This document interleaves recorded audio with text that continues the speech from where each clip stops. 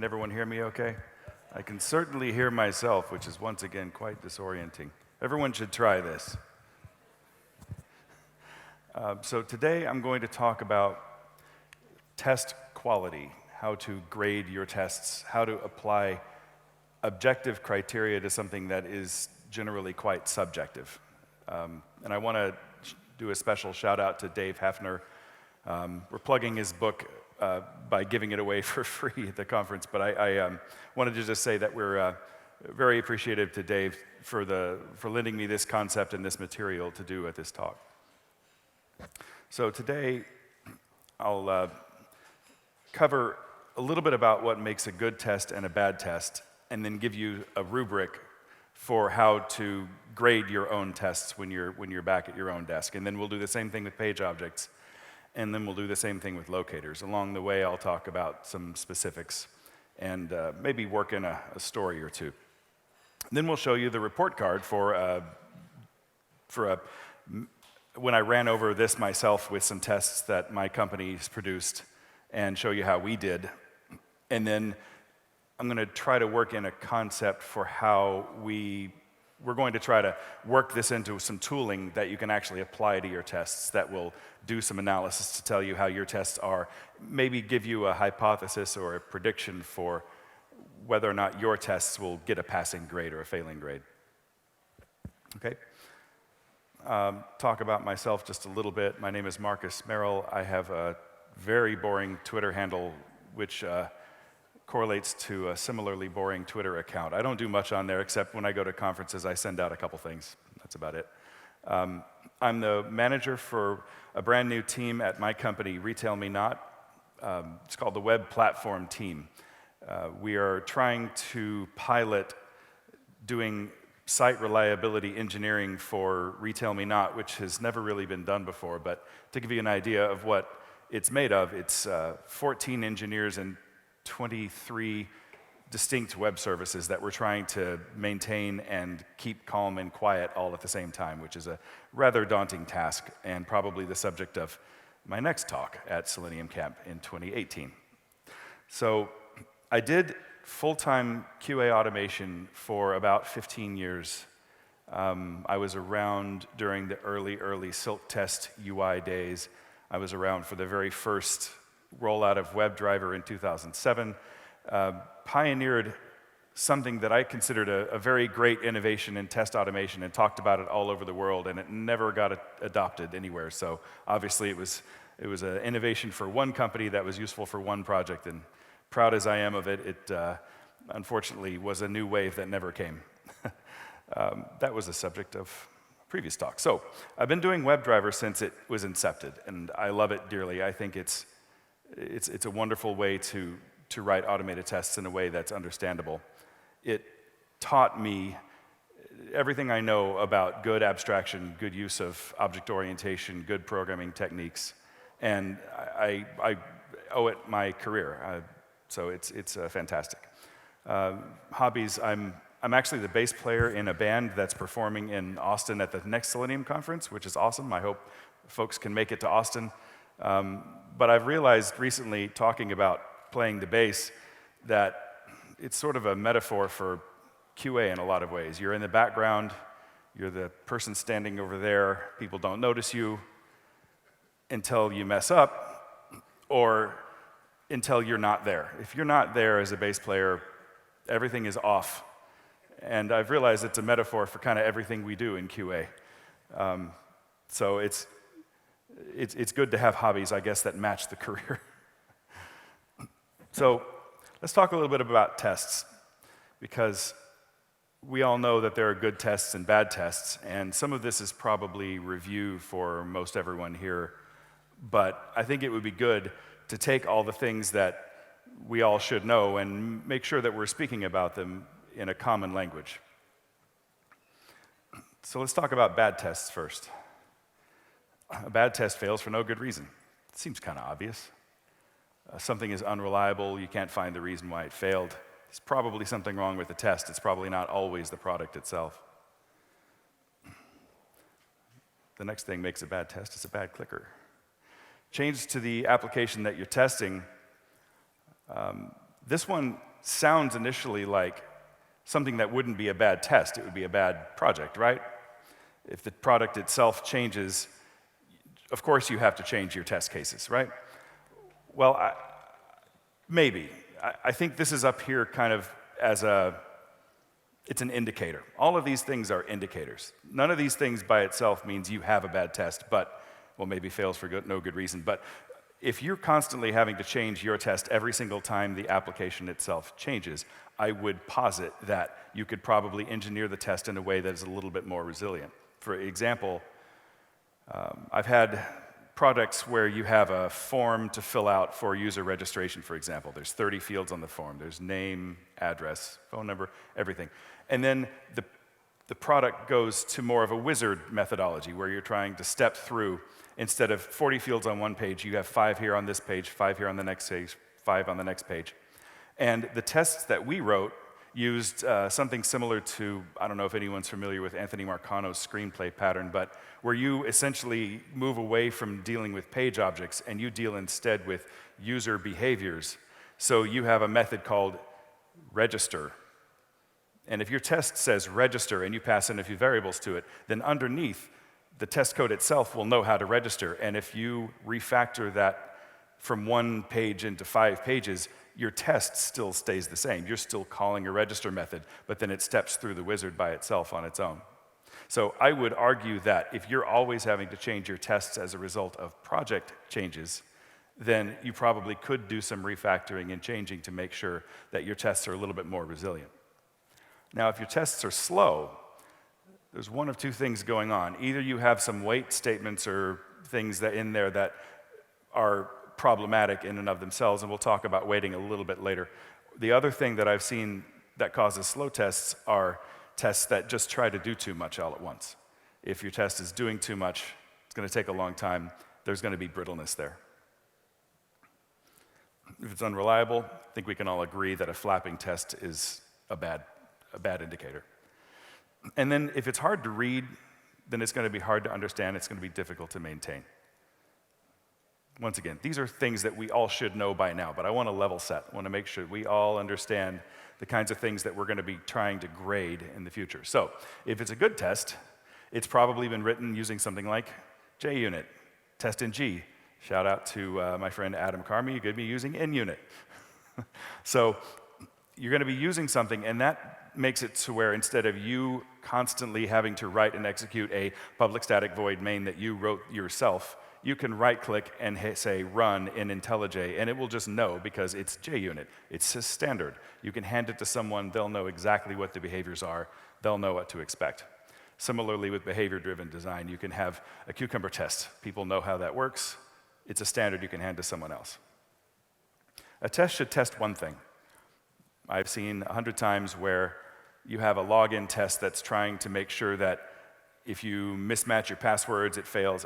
If you enter the username incorrectly, if you misspell something, if you hit the wrong button, and they try to combine these all into a single test, it's a bad indicator. I think we can all agree that if a single test should ask a question and receive an answer.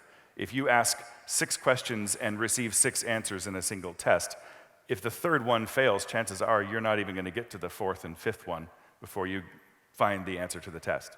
So the other thing, they should be able to run independently. So I've also seen examples where the first test creates a user, second test uses that same user to perform some action, third test uses that same user with the state changes gained in the second test to perform another action.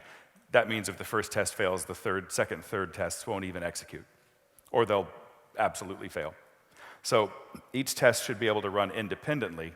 And I'm going to introduce a word here that, has everyone heard the word idempotent? Have you heard the word? I hate that word. I hate the word. I think autonomous is good enough. And my degree is in linguistics, so I go off on this once in a while. But to me, when you hear the word idempotent, what you've just heard is someone trying to foist a word upon you and guess whether or not you know it already, and make you ask them what it means. I hate the word. I think it's terrible. Anyway, rant over. Anyone will be able to understand what a test is doing if it's a good test. These are all common sense. I think we can all agree on that one. And similar tests should be grouped together. Your user creation tests should all be in the same place, I think. I mean, there's probably different ways to divide them vertically or horizontally. So you either group it by UI tests here, mid-layer tests here, back-end tests here, or you do it vertically by login tests here. I run a coupon site, so then you'd have store page coupon tests here versus search page coupon tests here. But they should be grouped together. And then another key thing is that the setup and teardown for your tests should do roughly the same thing or live roughly in the same place. I have a lot of test code where the first 6 lines of each test are the same. Have you all seen this before? So the first 6 lines of the test are the same, so you can abstract those into a method. They can be part of your normal setup, that kind of thing. Usually if you're running a framework, once again, you have the privilege of being able to work in an area where it's standardized. So test-ng always invokes the setup method in the same way. And these things inherit, at least in test-ng, so that if there's a suite level setup and then there's a class level setup, they'll be invoked in the right order and they'll all just work. So another thing that a good test does is page objects. This probably is enough of a question to merit its own talk. In fact, I think it probably has merited more talks than just about any other discussion. So I won't get deeply into page objects here. But I think in general, the point is that your tests are going to rely on abstracted code. Your tests will talk to other bits of code that will contain the implementation details. Your tests are all about what is the user doing to perform their action. It is not about how does this page work and how do you click buttons. I think we can all agree on that, I hope. Here's some tests that are just sort of glancing at them. They look okay to me. I mean, you can't read the code. I'm not expecting it, but they're kind of all in line. There's an assertion. There's clarity. There's a page that's being dealt with. There's a description that matches a test case ID, which is too much to get into, but this enables our automated test reporting. Anyway, glancing at it, you can tell that these tests are autonomous, idempotent. They are simple, they're fairly easy to read, and yeah. So here's how I propose that we give our tests a letter grade. We're going back to school here. Start with 100 points. If your tests contain Selenium commands, like find element, we deduct 3 points for each of those. If you contain locators, by.xpath, by.css, we're going to deduct more points. If your Selenium setup and teardown, in that you're invoking Chrome driver inside the test case itself, we're going to deduct a lot. If you have hard-coded sleep statements, I'm not sure Dave and I agree. I think I might deduct more than 5 points for these. Now, this definitely gets to be a little bit, we can argue about what the points should be, what the weights should be, but in general, I think that if you start to mentally imagine the tests that you've got waiting for you when you get back to your office, and you start running down these things, any one of these by itself is not necessarily going to kill the test, but they are indicators that we might have problems. If you have calls to page objects, we don't deduct any points. That's what you're supposed to do. If we have assertions inside the test, I think you might even be able to add points back. We can debate all that you want. There's another thing that I definitely want to point out about conditionals, that if your test is performing a lot of switch or if statements, then your test is trying to do too much work in figuring out the conditions for different methods. Like if you try to log into something and you see an if statement that says, if a pop-up occurs, then close the pop-up, that kind of thing, that might be okay, but I would rather push that logic down to the page object itself. So, speaking of page objects, let's talk about a little bit about how to measure them and how to know whether or not they're effective. And to remind everyone who doesn't really know, Martin Fowler posted this a long time ago. You can look it up. Don't expect everyone to read this, but essentially, this is just to try to say that there's more research that could be done if you'd like to hear about it. The main point about page object is that they are supposed to abstract user behavior away from the test itself and keep implementation details about Selenium inside a lower level object. So what makes a bad page object? Gigantic page objects that have 300, 400, 500 lines of code are not generally good. Once again, it doesn't sync you, but it's an indicator. If they overreach their responsibility so that one page is dealing with elements from another page, that is a bad sign. It's a warning sign. If your page is once again dealing with overly complicated logic, this might be okay. This is a more forgivable sin. But in general, it's an indicator that there's too much going on, too much complication in the code. It's going to be difficult to maintain, and every time the application changes, it's going to have to change with it.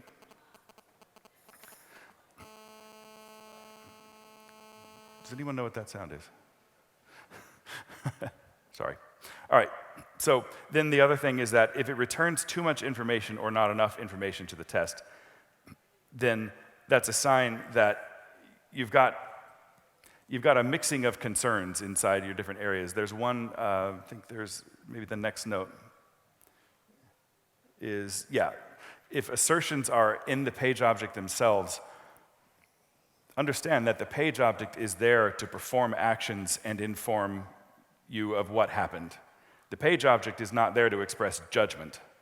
The test is there to express judgment. Assertions belong in the test level.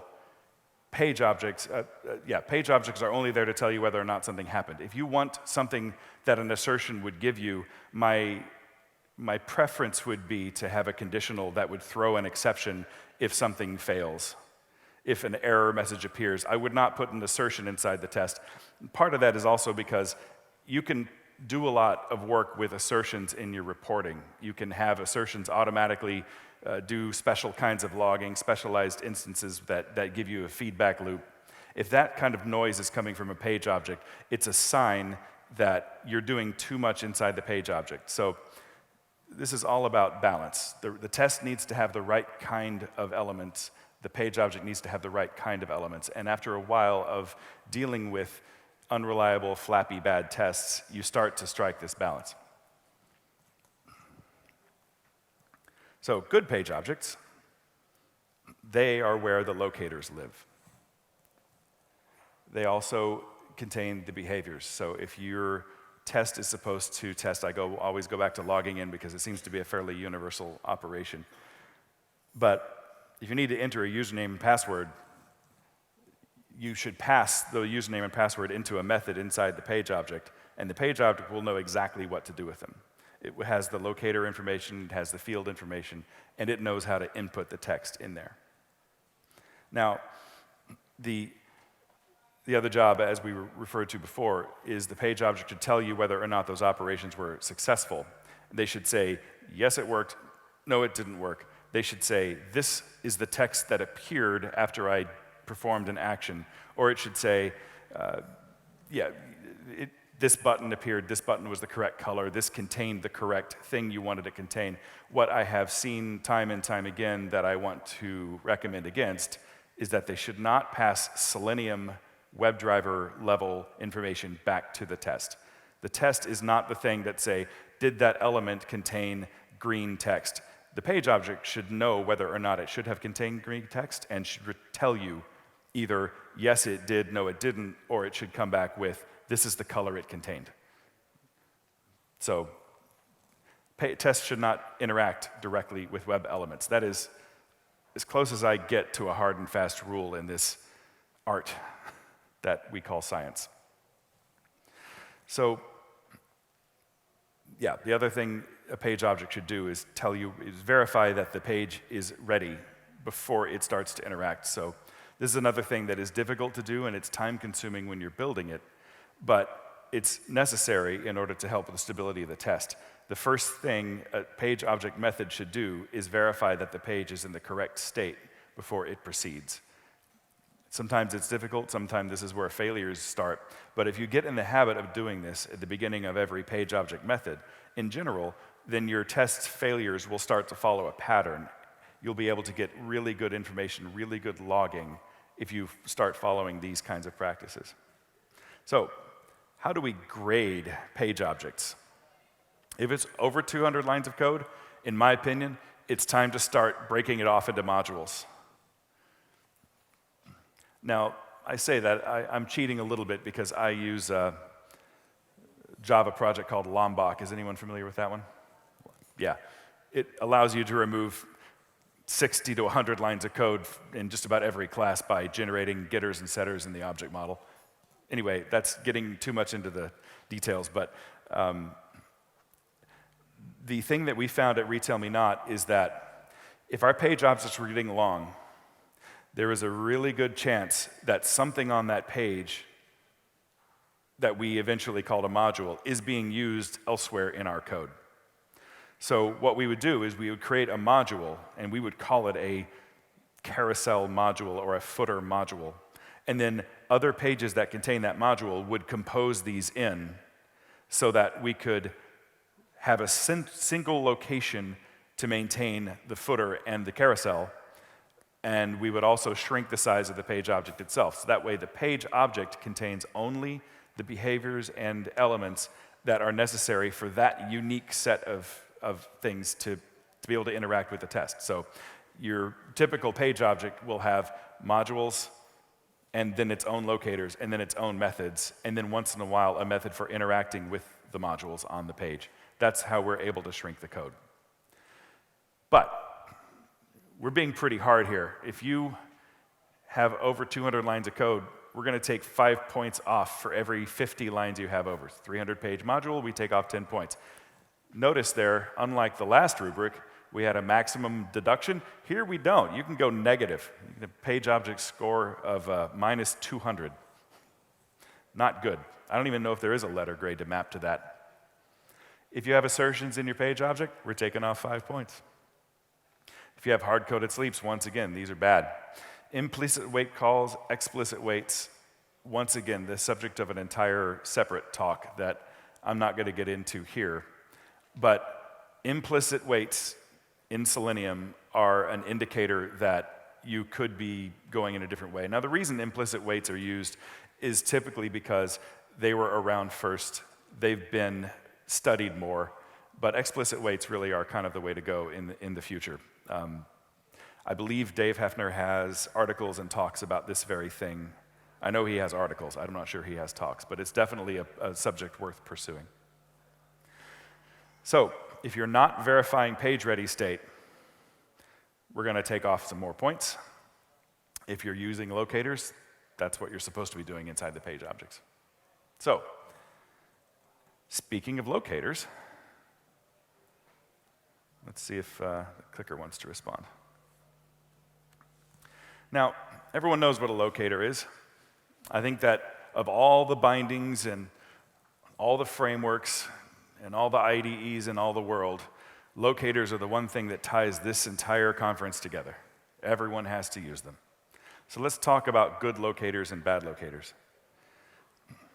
There's classes, and then CSS selectors, which are closely tied to classes. But then underneath that, you have IDs, link text, partial link text, tag names, XPath. Everyone pretty much knows what all these are, right? The good locators that we want, they are unique on the page. They cannot be ambiguous. They are descriptive, and by descriptive, we also mean semantic. They tell you not only what the thing is, but how it is used. So, button is descriptive. Login button is semantic. And the other thing is that they're unlikely to change. Now, this is probably the hardest one. So, what you're left with is pretty much the class CSS IDs and XPath, after you remove the ones that are a little bit more difficult. So the ones that are best in class are CSS selectors, IDs, IDs are the gold standard. Those are the ones that if you can have a good enough relationship with your developer to be able to get unique, descriptive, unlikely to change IDs, then first of all, God bless you, you're very rare. Second of all, your tests are probably going to stand the test of time. I feel like I'm bragging a little bit, but I wrote tests 9 years ago that are still in operation, 2 jobs ago, because that was by far the best automated testing implementation I've ever worked on. The way they work, do I have time for a digression? I do. What we would do is the software architects developed a method by which the product that we were writing was using velocity templates. Is everyone familiar with velocity templates? So it's a templating, HTML templating system that allowed developers to write macros that would then get generated into HTML. What we did was, at build time, we would parse these velocity templates and generate all of the list of IDs for all of the pages in the test model. And then we would compile those against our test automation code so that the developer, two things. The developer, when they write a new page, all the automation artifacts are sitting there waiting for them as soon as they're done. And the second thing is when they change things, the IDs automatically get regenerated at build time. So there is no more Joe broke my stuff. I guess I should say Yaroslav. Yaroslav did, he broke my automated test because he changed the ID of this thing. No, nobody in the company ever even had to think about IDs because they were automatically given to us at build time. So those tests are still running. And it's because we were able to guarantee the gold standard of using unique IDs on every page object. So, I'm just getting all misty thinking about how beautiful that was, because I do not have that anymore. Retell me not. So, let's talk about a locator rubric for grading your locators. Dynamic locators are the bane of our existence. Do you know what I mean by dynamic locators? What I mean is there is something that on the front end will generate a new ID that changes every single time the front end renders itself, or once in a while will refresh. So I deal with a coupon site. We have lists of offers on our page, and every single time the coupon changes, we generate a new ID for the coupon itself. So we cannot use IDs. We cannot use these things at all. They are completely useless for testing. If you have them in your tests and you're trying to somehow dynamically link these to the test to the product, it's simply not going to work. So the next danger that I actually do see in other tests fairly often is locators that are tied closely to the page layout. Incidentally, it's very strange not to be working with a projector. I'm used to seeing my profile against the screen, which is alarming, but I'm glad it's not there right now. So if your locator is tying itself to the DOM of the page you're dealing with, usually you're going to see a lot of these, a lot of slashes in XPath, a lot of greater than signs in CSS. What that means is that the element you're trying to locate is in a very specific place relative to other areas of the DOM. And this is another indicator that things are unstable and brittle. If you're tying to text on the page, I'm going to give you a C, because it's not as bad as it could be, but I'll tell you one thing you're definitely losing out on is you cannot do internationalization testing if you're married to the link text or the text on the page.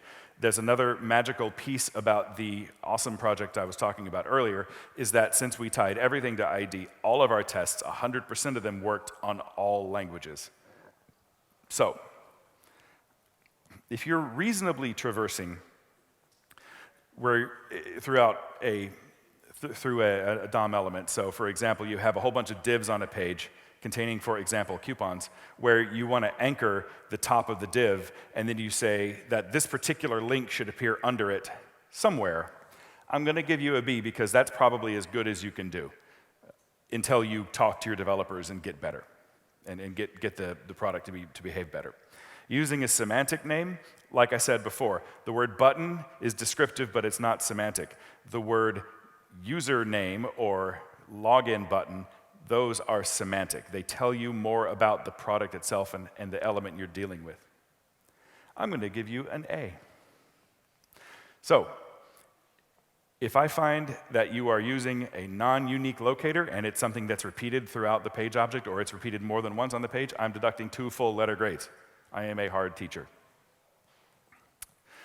So, at the end of this, what is our testing GPA? Are GPAs calculated the same way here as they are 3-point, 4-point? I don't even know. We're going to weight the grade of your test at 20% because that's not the biggest indicator of your overall testing flappability or quality. But it is important. So 20%. Page objects give you 30%. Locators are 50%. So if you want to see this in practice, here's what I got when I rated a couple of suite. I went through and I basically followed the rubric and I checked things off manually and I came up with a score. I gave us a B-. And it's because we had really solid tests. I showed you earlier. They're tiny, they're idempotent, they have very little logic in them, they use a lot of fluent semantic methods. The page objects were where we fell down. We had a lot of really long page objects, and they were unwieldy. The locators we used were excellent, just because we always use CSS selectors with semantic class names. So I wish I could show you the code, but I've got issues. But that was what I found. I went through, did this manually. It took 20 minutes. And I didn't do it on every single test. I did a random sampling of about however many tests that is. And what I found was that these correlate pretty effectively with the historical test runs that I was able to find in our reporting engine. The tests that scored the 74, this one in particular, was just, it wasn't terribly well done. The page object that it was using was one of our earlier prototypes. It was just kind of, it was bloated, and it was all this specialized logic, something to do with, I don't even remember what. It was something to do with validation, field validation. And then inside of the locators were fantastic, but the page object itself was this jumbled mass of conditionals and switch statements. And that test has been one of our most problematic tests. You would think it would be a pretty simple one to run, but it wasn't. On the other hand, our analytics tests were pretty solid. They passed a lot. Of course, they don't actually have page objects and locators, so they don't even count. But anyway, here's if you drill down on the one particular test we had called code type, which is testing a particular kind of coupon. And this is one where I found that since 10 different people had touched this over the last 2 to 3 years, it used a hodgepodge of locators. That top one right there, I didn't even use the actual XPath in this column because it was so long it would have wrapped, and I didn't like the look of that. So point being is that it was relative to, everything was relative to the root of the page, which means that thing's going to break every 5 minutes.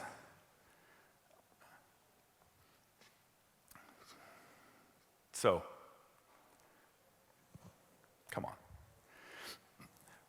The thing that we're trying to do, by we I mean myself and Dave Haeffner and anyone else who wants to help us out, is we want to take, first of all, we want to prove the hypothesis that this is a useful exercise, applying a rubric to your tests to find out whether or not they are good. Now, I am of the opinion that everyone in this room could benefit, everyone in this conference could benefit from applying some common sense principles to the quality of their tests.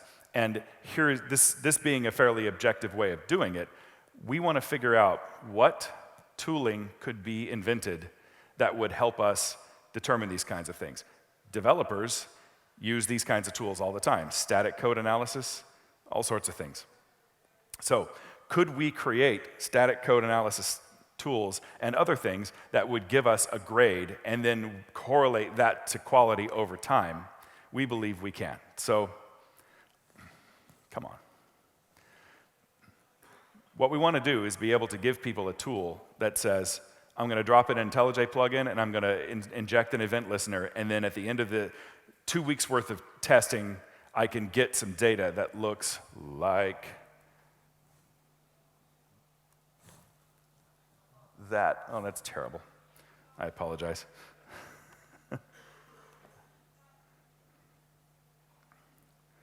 Something like this, but what I also want on here is an indicator of pass-fail over time. This data, I will not lie, this data is completely made up, but it's a hypothesis around the increasing score tied to an increasing rate of pass-fail. Like I said, it was based on a sampling of data and not exactly on the actual, not the full suite, comprehensive suite. So, we want to be able to give you something you can just drop in. We want to create an event listener. If I say event listener, tell me who understands that. Is that good? That is much better than I expected. So I can give the 20-second version instead of the 1-minute version. An event listener is a piece of WebDriver code that you may not even know about that lives inside WebDriver whenever things happen. So whenever it's being asked to find an element or click on something, there's a piece of code you could execute automatically for free every time those things happen. So what we have is, I have written a prototyped an event listener. Every time you find an element, it will take the locator that you used, cobble it up into JSON, send it off to a web service, which will then aggregate these locators over time and to be able to gather the grade. And then, so we have these things that we're testing now where we use the Java SDK to talk to a web service to watch your event listeners over time. So we keep track of the test name and the test run that you're doing, and then if we see that same test is being run over time, then we can say, well, on the 22nd of January, it ran and it passed, and then we had all these locators, and here's the letter grade that we would have given it, and then we use that grade in addition to whether or not it passed or failed, and then over time we'll start to be able to build a data set. We need to figure out how to report the data back. That's the thing that we've had the most trouble with. And then right now, the issue we ran into, and the only reason I'm not able to give a live demo of this, is that we need to make the service a little bit more performant. Right now, it does everything synchronously, so the event listener sends the request, waits 2 seconds, comes back. It's rather slow, so we want to make it asynchronous, make it like a real web service and useful. But basically, what we're trying to do is provide a service, which we are at this point called Locution, that will give you this information tied to your test results and say, your tests are good, your tests are needing help. Here is exactly where we think you can improve your tests. And that's the service that we're trying to put together. That's what motivated this talk. So that is almost all of my time. I'd like to know if there are any questions. Yes?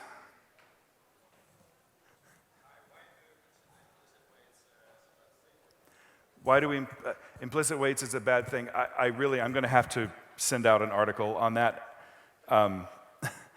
or something, because that is a very long discussion. I have personally seen a fair amount of success with it. Some people have not.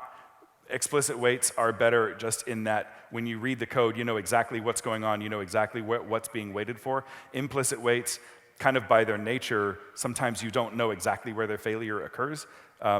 That's way too short and oversimplified an answer, and I'm just going to have to defer that to. We can talk afterwards. I can show you some articles or something. Yes.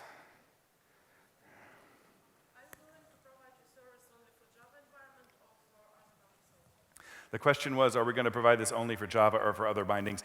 The answer is we are trying to produce SDKs for all language bindings. What I don't know is how event listeners work in others, and also how easy it is to do static code analysis on non-Java, non-static type languages.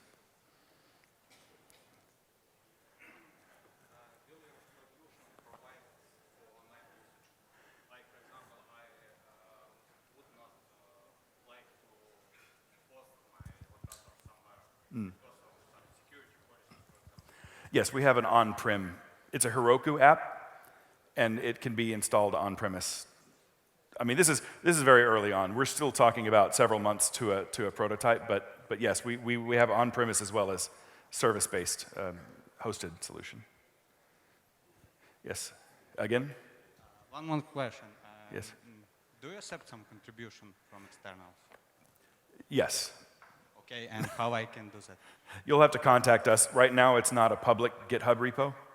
It's a private GitHub repo, and we're trying to decide exactly what contributions will look like. At this point, the contributions are going to be mostly in the SDK development, not in the core app development. Not sure yet. Some of that has to work out, but we will accept contributions. Okay. Yes. Thank you.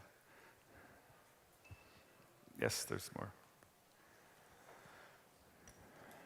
You said that you are going to store some locators during a specific period of time to compare the changes and so on. And what's the period you're going to store?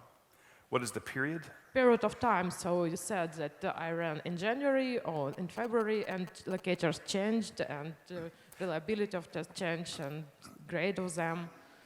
Well, the period of time that I'd be looking at for my own tests could be potentially over a period of years, where I could look at what changes have happened in the various tests and page object over a long period of time, and what is the stability of that test over the same period.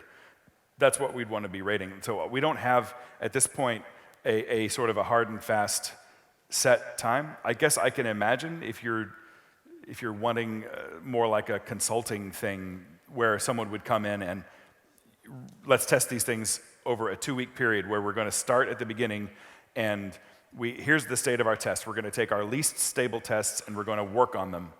And then we're going to see the grade improve and whether or not that correlates with stability in the test itself. I could see 2 weeks being a pretty good active development feedback loop cycle, if that makes sense. Thank you. Yeah. We're almost at time, so one more. One question. Yeah.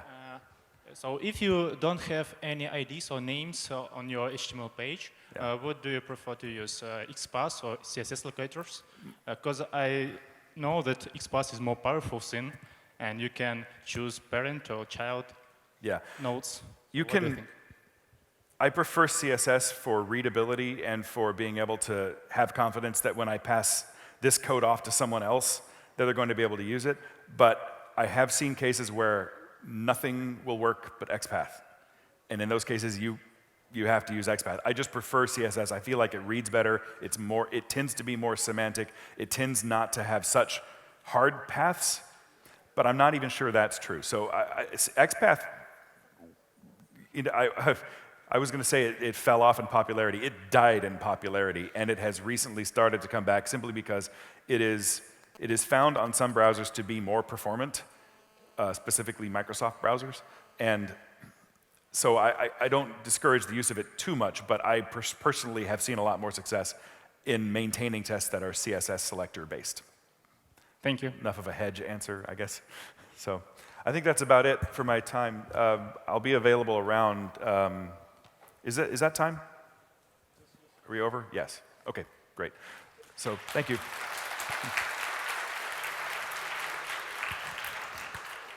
And I'll be around after if people want to talk.